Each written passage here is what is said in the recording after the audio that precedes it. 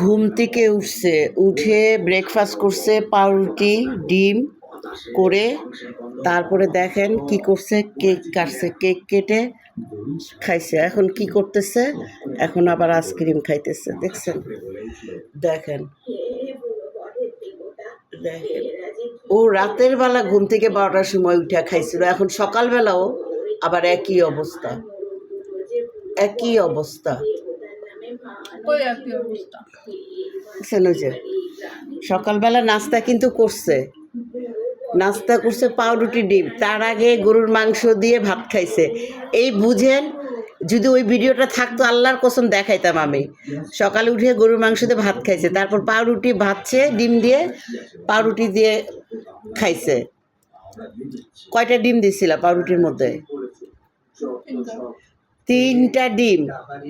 দেখছেন, আর ওইটা আমি ভিডিও করতে পারি না, ভিডিও করতে পারলে দেখাইতে পারতাম।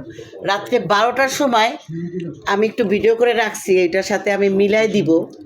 রাত্রে 12টার সময় ঘুম থেকে উঠে কেক কাটেও নাই, না কেটেই খাওয়া স্টার্ট করে দিছে, অথচ খেয়েই কিন্তু শুইছে, ঘুমাইছে। ঘুম থেকে উঠে চোখে দেখতে পাচ্ছি না, কিন্তু কেকের কথা মনে আসছে। এত কেমনে খায় আমার মেয়ে? কই রাখে ও এত খাবার? কই রাখোস মা? ওই দেখ, হ্যাঁ,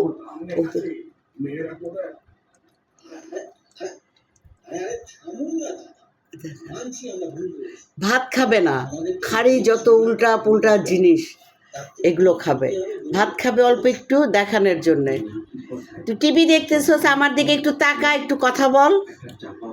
তুই এত কই, হ্যাঁ তুই কই রাখোস এত খাবার? কোন ব্যাংকে? হ্যাঁ।